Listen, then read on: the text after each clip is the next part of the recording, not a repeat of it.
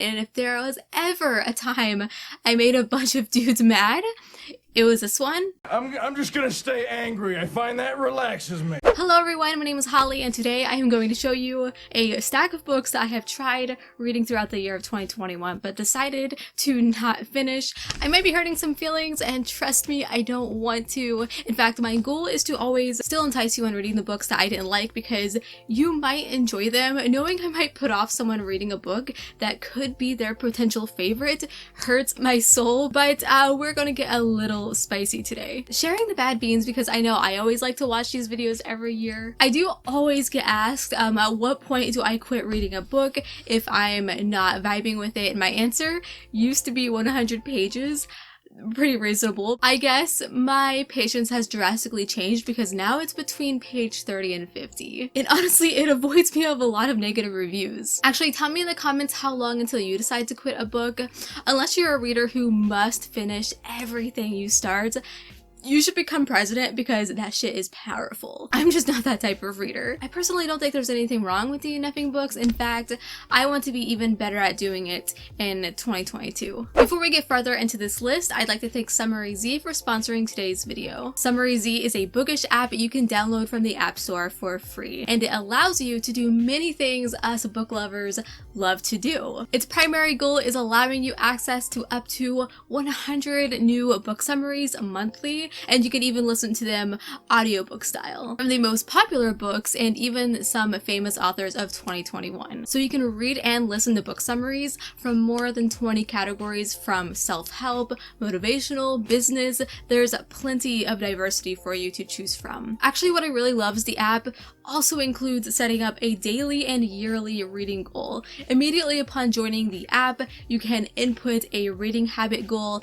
and it even creates one for you to help you along your way. All in all, this is a fantastic app to set up for the new year and get you ahead of the game when it comes to reading. Go ahead and click the link in my description box to download the app, and thank you again, Summary Z, for sponsoring today's video. So I have 6 books in my graveyard of DNFs for 2021. I don't own them anymore physically because I have long since donated them, so you'll have to put up with pictures on the screen. But the first one is Brother Red. So Adrian Selby is a really special author because all of his books are set in the same universe. That's pretty cool. This was actually my first book by him. I do own The Winter Road, which I side-eye every now and then. It's this one's fault. Honestly, I feel like I'm the only one who didn't like this, which is strange because this has everything I look for in a fantasy. But when it comes down to it, it was simply the writing style that I can't get into. The way the main characters spoke kind of annoyed the heck out of me, which is coming from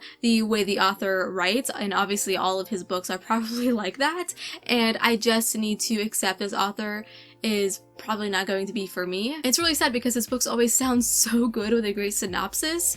Yeah, there's really nothing else bad here to say. It's kind of similar to why I really didn't like the Book of Coley, because of the broken English, which was integrated into the plot. But yeah, nothing I can really do about it. It's always frustrating when you struggle through a book just because of the author's writing style. Yeah, I noticed that's a really big factor for me. And then I have the Black Tongue Thief.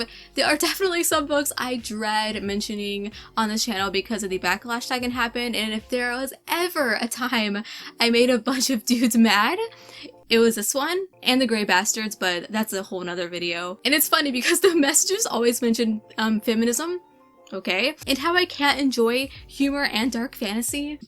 Huh, look at that. My 2 all-time favorite books. Weird. So this book had been on my radar for a very long time when it was first announced, and I was on it like a hawk. So as a result, I was so excited. Basically, it follows a thief and a group of adventurers. The author is originally a horror author, and this was his first time writing in the fantasy genre, I believe, which is super cool. I love it when authors step out of their comfort zone. Unfortunately, this one just felt like every fantasy trope you can imagine, just all squeezed into one story, which can work for others, sure, but for me it just was maybe a little bit too much. It felt really overloaded, I feel. It was incredibly difficult for me to finish because the pace pulled me from the plot and made it difficult for me to care about any of it. I love the author's ambition, and I'm so happy this book got the love it received. Most people love this book, and that's great. I wish I was one of them. The Hunting Wives. So I did a video earlier in the year where I read and reviewed a few thrillers, and this was the one that I couldn't make it through. I did read it for the cover, I'm going to be honest, and I went back and watched that video because I barely kept tabs on books I read this year, and I couldn't remember, and one of the things I really hated was the amount of times the main character checked her Facebook. I got over 100 pages and was so tired of the main character checking her freaking Facebook. Yeah, that was my complaint. This follows a woman who just moved into a new town, a very suburban area, and she has become obsessed with another woman in the neighborhood who is perfect in her eyes. This woman is part of a club with other housewives where they shoot guns on the weekend, they get wild, go bar hopping, most of them cheat on their husbands. I loathe reading infidelity in books, so it's a trope I hated, and then a murder happens. I did not get far enough for the murder to happen. It sounds kind of interesting when explained, but I was so bored. It's literally the complete opposite of my lifestyle, so maybe I just couldn't relate to it. Persephone Station. So I really wanted to love this one, so much so that I gave it 2 chances. I tried the audiobook first, and then I tried to read it physically, but I just came to the decision that it just wasn't going to be for me. It had so many things going for it too. There's queer perspectives, strong female characters. It's also space opera, which are always really exciting to get into, but I don't think it lived up to its potential for me.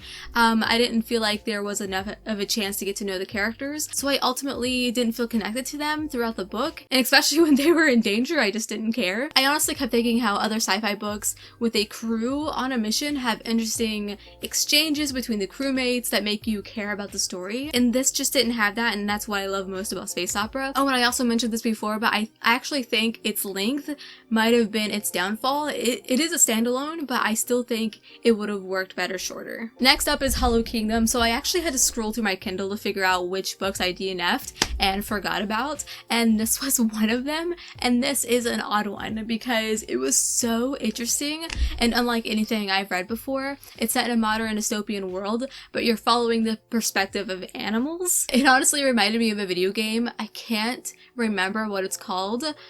That's going to bother me so much. It's where you control animals in a dystopian city. That's this book. So this is the game I was talking about, Tokyo Jungle. I actually had Darren help me. And yeah, this is the book basically. Oh, that's inappropriate.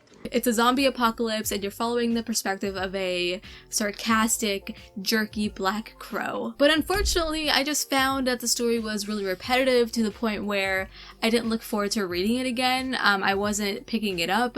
I decided to start something else. I found that I started skimming, and that's a sign I need to set it down. I don't think I'll go back to this one, but it's such a great premise, and if you guys decide to give it a try, I hope you love it because it's so unique. And the final book I'll be talking about today is the one we're meant to find. So with this one, I think I was just expecting something else. I'll start by saying this book had a great premise, and I actually thought the world building was done pretty well. It's a standalone YA sci-fi novel, so I wasn't expecting like anything too deep or in depth. It's written in dual perspectives following sisters. One is stranded on an island and the other is living in a very like high-tech city. They are in search of each other and the world is in absolute ruin. It sounded like that part was so much more convoluted than it needed to be. And the info dump where it was explaining the science behind it made me nope out so fast. Also, one sister was far more interesting than the other, but they were still just super flat. I didn't get too far in this one at all, so I'll just leave it at that. So those are a few books that I DNF'd in 2021. I'm sure there are more, but those are the ones that I could remember. As I said before, DNFing needs to be a more prominent thing in my life. Just give myself 50 pages to read a book, and if it doesn't grab me anyway, let it go. Either make the decision to put it off for another day or put it in the donate pile. But I'm no longer sacrificing so much of my energy and time to read a book that I hope will get better as I continue. Tell me below some books that you DNF because I would love to know. Also, don't forget to check out Summary Z by clicking the link in my description box. I hope you guys have fun on there. Like this video, it helps me out so much. Subscribe if you haven't, and until we meet again, happy reading.